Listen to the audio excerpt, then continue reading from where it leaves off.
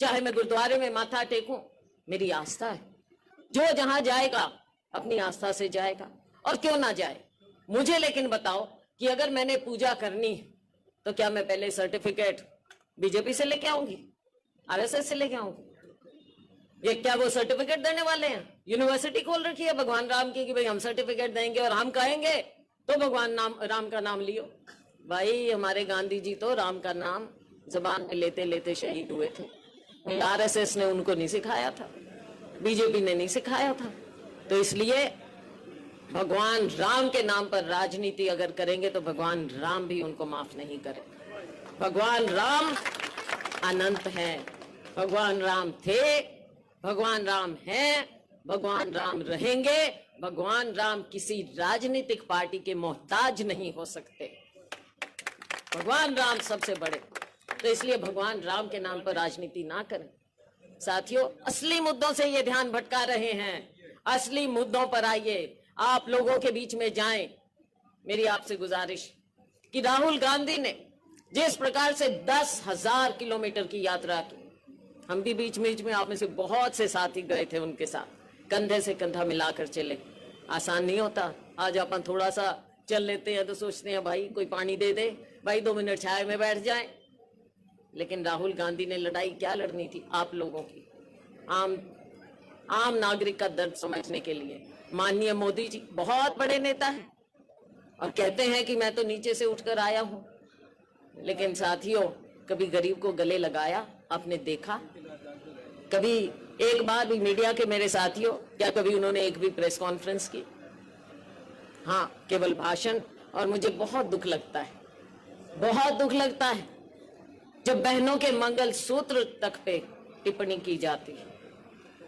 ये राजनीति का हिस्सा नहीं हो सकता, वोट लेने का हिस्सा साथियों ये नहीं हो सकता और ना होना चाहिए। गरीब की बात करो, आम नागरिक की बात करो, बहनों के मान सम्मान की बात करो, बहनों को हक देने की बात करो, लेकिन धर्म के नाम पर हम हाथ जोड़कर अपील करते हैं कि कोई ऐसे ना बहनों को बदनाम करे ना उनके मंगल सूत्र को। साथियों, समय आ गया है, समय आ गया है, हमने लड़ाई लड़नी है, लेकिन हम शांतिपूर्वक लड़ाई लड़ते हैं। आप सब, आपने मुझे बुलाया, कांग्रेस पार्टी का हुक्म हुआ, मेरे पिताजी ने आपकी सेवा की, मैंने आपकी सेवा की। ये समय कोई काम गिनाने का नहीं है कि हमने क्या किया, लेकिन ये जरूर कहूंगी कि आने वाले वक्त में हमने सेवा जरूर करनी है। इलाके की, डबवाली की, सिरसा की, आपकी आवाज बुलंद करनी है। अनेकों बातें हैं, मैंने नोट तो की थी, लेकिन उन बातों को छोड़िए। बात यह है कि जब हम बनेंगे, आपस में मिल बैठकर हर समस्या का हल निकालने का प्रयास करेंगे।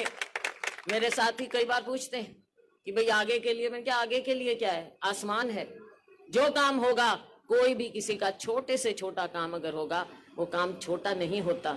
मेरे दिमाग में होगा कि ये छोटा सा काम लेकर आ गया है, लेकिन मैं समझती हूं कि जो काम लेकर आया है वो उसके लिए बहुत अहमियत रखता है। तो कोई भी काम छोटा नहीं हो सकता। हर एक काम की अहमियत हम समझेंगे, आपकी सेवा करेंगे। साथियों, मैं 2-4 बातें वैसे आपको, क्योंकि अब 2-3 दिन कार्यक्रम करेंगे हम। आज यहाँ के बाद रानिया में कार्यक्रम है। अब रोड शो किया और किया, समय ज्यादा यहाँ लग गया है, वहाँ लेट हो रहा है, लोग इंतजार कर रहे हैं हमारे कार्यकर्ता। रानिया में है, उसके बाद एलनाबाद में है, और कल सुबह कालांवाली में कार्यक्रम है, और उसके बाद हम सिरसा में दोपहर बाद रोड शो करेंगे।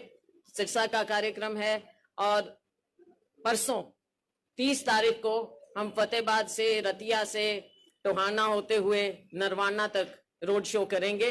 तो आप में से जितने साथी हो सके प्रोग्रामों में शरीक हों, और उसके पश्चात हम ज्यादा से ज्यादा गांवों का दौरा रखने का प्रयास करेंगे। 2-2 दिन मुश्किल से मिलेंगे, 9 हल्के हैं तो 18 दिन उसमें निकल गए, बाकी 1-2 दिन और हो जाते हैं अपने दूसरे इधर उधर चलने के। तो साथियों, मैं तो हाजिरी लगाने का प्रयास करूंगी, गांव में भी, शहरों में भी, लेकिन आप सब हमारे साथी हैं, कंधे से कंधा मिलाकर चलते हैं। और जो मुझसे पहले मेरे साथियों ने बात कही, असली बात यह है कि बूथ पर हमने लड़ाई लड़नी है। जान पहचान गुआन सब कुछ आपने देख के सबको पुख्ता करके आखिर में अपना बूथ संभालना है भाई। सब अपना अपना बूथ संभालें और सैलजा अपने आप को सैलजा समझ के लोगों के बीच में आपसी कोई बात नहीं, गांव में भी होती है, हम सब जानते हैं क्योंकि चुनाव होते हैं और बात है, लेकिन ये चुनाव बड़ी लड़ाई, देश की लड़ाई है। और आपने सैलजा बन के भाई झुक के हाथ जोड़ के मेरी ओर से नम्रता एकदम नरम होके, रौब से नहीं, रौब से सामने तो कोई राम राम कर लेगा जी, सत श्री अकाल कर लेगा जी जी कर लेगा, लेकिन पीछे से कोई पसंद नहीं करता भाई। रौब वाला जमाना गया, अब हमको झुक के, और मेरी ओर से खास तौर से प्लीज झुक के नरम होके वोट मांगना, मेरे लिए मांगना, कांग्रेस के लिए, विचारधारा के लिए, अपने हक के लिए लड़ाई लड़ना। और खास तौर से मेरी सबसे गुजारिश है नौजवानों से कि बहनों से जरूर अपील करना मेरे लिए। कई बार आप बहनों को भूल जाते हो, घर में जाके हाजिरी लगा दी भाई। तो चुनाव अब शुरू हो जाएगा, 1 तारीख को मैं नामांकन कर दूंगी, और उसके बाद सारा मटेरियल जो हमारा ये 5 न्याय का मटेरियल है ये आप सब तक पहुंचा देंगे, ताकि आप ये मटेरियल लेके घर घर तक जाएंगे, लोगों के हाथ में ये पर्चा देंगे। और 5 न्याय के बारे में, 5 न्याय हैं जिसमें 25 गारंटी हैं।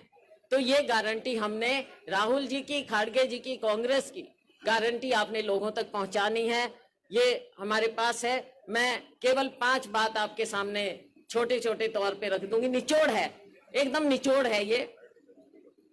हम युवा के लिए न्याय में 1 लाख वेतन हर शिक्षित युवा की पहली नौकरी पक्की करेंगे, हर शिक्षित युवा की। ये बहुत से गारंटी है, उनमें से एक मोटे तौर पे आप सारा पढ़ के फिर लोगों के बीच में जाइए।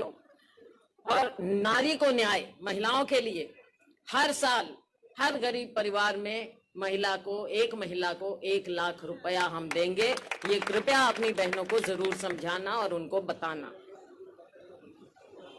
किसानों के लिए, किसानों की कर्ज माफी हम करेंगे। पहले भी 72,000 करोड़ रुपया हमने किया था, और भारतीय जनता पार्टी के लोग कहते हैं कि किसानों की कर्जे, अगर उनकी कर्ज माफी कर दोगे तो वो तो आलसी हो जाएंगे भाई। किसान आलसी हो सकता है? तो किसानों के लिए हम उनका कर्जा माफ करेंगे, और स्वामीनाथन कमेटी का जो फार्मूला था उसके तहत एमएसपी की कानूनी गारंटी हम करेंगे, पुख्ता करेंगे कानूनी गारंटी एमएसपी की।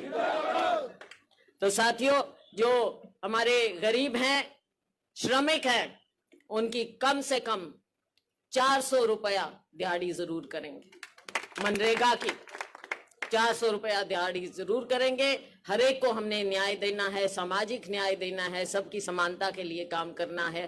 तो ये पर्चा आपको मैं दूंगी 1 तारीख के बाद, और सब कृपया ये पर्चे अपने पास लेकर, और घर घर आप जाएंगे, इधर उधर घूमना उसके बाद कम, घर संभालना ज्यादा। हर एक बूथ की देखूंगी, ड्यूटी लगेंगी हर एक बूथ पे, और सब काम करेंगे। तो साथियों, मैं धन्यवाद करूंगी डॉक्टर केवी सिंह का, हमारे नौजवान विधायक अमित सिहाग जी का, क्योंकि जिस तरह से ये सेवा में लगे हुए हैं इलाके में और आसपास सब जगह। और अमित को तो मैं देखती हूँ टीवी पे, जब जिस तरह से ये अपने हक के लिए लड़ता है और विधानसभा में बोलता है, हमें बहुत गर्व होता है कि हमने ऐसे नौजवान साथी को यहाँ से बनाकर भेजा। आगे इनको मैं शुभकामनाएं दूंगी। और साथियों, सभी मिल मिलाकर आप सभी अपने आप को सैलजा समझो। छोटा टाइम है, चुनाव के बाद और अच्छी तरह से आराम से हम मिलेंगे, सबकी बात सुनेंगे, सबके दर्द को पहचानेंगे। आपका बहुत बहुत धन्यवाद। जय हिंद।